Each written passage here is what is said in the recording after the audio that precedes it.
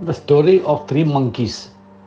ചെറുപ്പത്തിലെ നമ്മളെയൊക്കെ ഒരുപാട് ചിന്തിപ്പിച്ചിട്ടുള്ള ഒരു കഥയാണത്. 3 കുരങ്ങുകളുടെ ചിത്രം വെച്ചിട്ട് ഒരു കുരങ്ങ് കണ്ണടച്ചിരിക്കുന്നു, 2 കണ്ണുകളും പൊത്തിപ്പിടിച്ചിരിക്കുന്നു. ഒരു കുരങ്ങ് വായ അടച്ചു പിടിച്ചിരിക്കുന്നു. ഒരു കുരങ്ങ് 2 ചെവികളും അടച്ചു പിടിച്ചിരിക്കുന്നു. അതിൻ്റെ അർത്ഥങ്ങൾ ഏതെല്ലാം തരത്തിലാണ് കാലാകാലങ്ങളിലൂടെ ഓരോരുത്തർ നമുക്ക് വ്യാഖ്യാനിച്ച് തന്നിട്ടുള്ളത് എന്ന് മനസ്സിലാക്കുന്ന നല്ലതാണ്.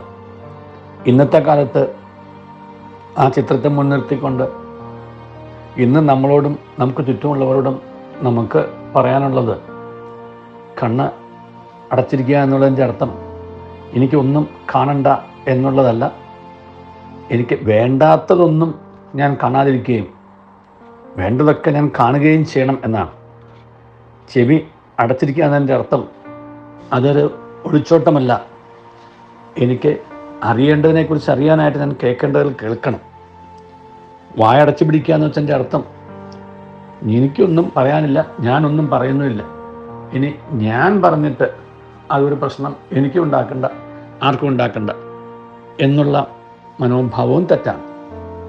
നമുക്ക് ഒരു സെൽഫ് അവെയർനെസ് എന്നുള്ളത് നമ്മെക്കുറിച്ചുള്ള ഒരു യഥാർത്ഥ അവബോധമാണ്. ഞാൻ എന്തിന് ഇവിടെ ആയിരിക്കുന്നു? What is the meaning of my life? എൻ്റെ ജീവിതത്തിൻ്റെ അർത്ഥം എന്താണ്? What is the purpose of my existence here? ഇവിടെ നിലനിൽക്കുന്നതിൻ്റെ അർത്ഥവും എന്താണ്?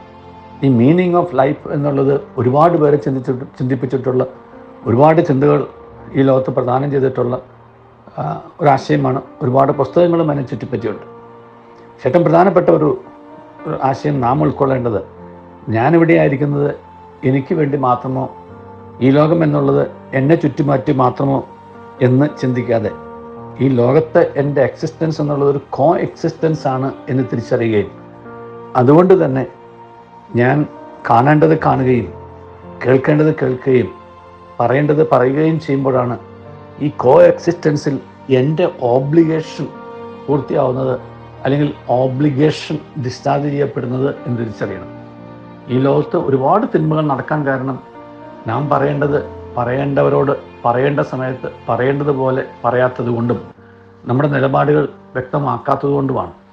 നമ്മുടെ പ്രതികരണ ശേഷി നഷ്ടപ്പെട്ടു.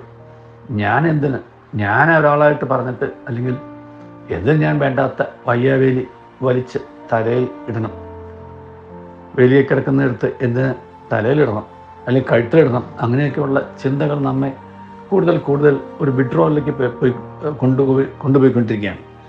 തീർച്ചയായിട്ടും അനാവശ്യമായിട്ട് പോയി വേണ്ടാത്തത് വലിച്ചു കയറ്റി തലയിൽ വെക്കേണ്ട ആവശ്യമില്ല. പക്ഷേ ഈ സമൂഹത്തിൽ നാളെ ഈ ഗതി എനിക്ക് വന്നാലും എന്നോടൊപ്പം നിൽക്കാൻ ആളുകൾ ഉണ്ടാവണമെന്നുണ്ടെങ്കിൽ എന്നെക്കുറിച്ച് ഉള്ളൊരു അവബോധം മാത്രമല്ല, ഒരു ക്രിട്ടിക്കൽ അവെയർനെസ് ഓഫ് ദി സൊസൈറ്റിയും ആവശ്യമാണ്.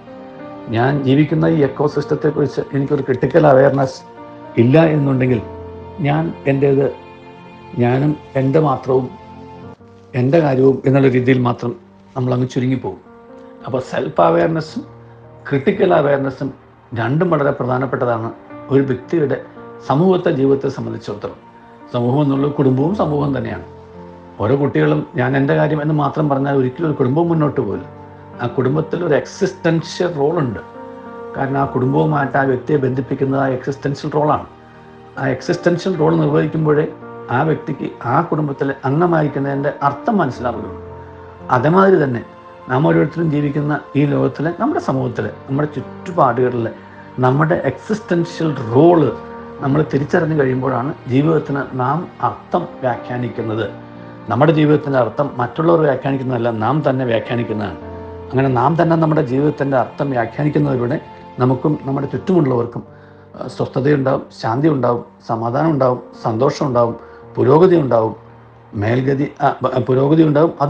അതുവഴിയായിട്ട് എനിക്ക് ഈ സമൂഹത്തിൽ ഞാൻ ആരാണ് എന്നുള്ള തിരിച്ചറിവും, എനിക്ക് എന്ത് ഈ സമൂഹത്തിന് നൽകാനുണ്ടെന്നുള്ള തിരിച്ചറിവും, അങ്ങനെ ഞാൻ വഴിയായിട്ട് എങ്ങനെ സമൂഹം നന്നാവും എന്നുള്ള തിരിച്ചറിവുണ്ടാവും. അതിനായിട്ട് ദൈവം നമ്മെ അനുഗ്രഹിക്കട്ടെ. നല്ലൊരു ദിവസം എല്ലാവർക്കും നേരുന്നു.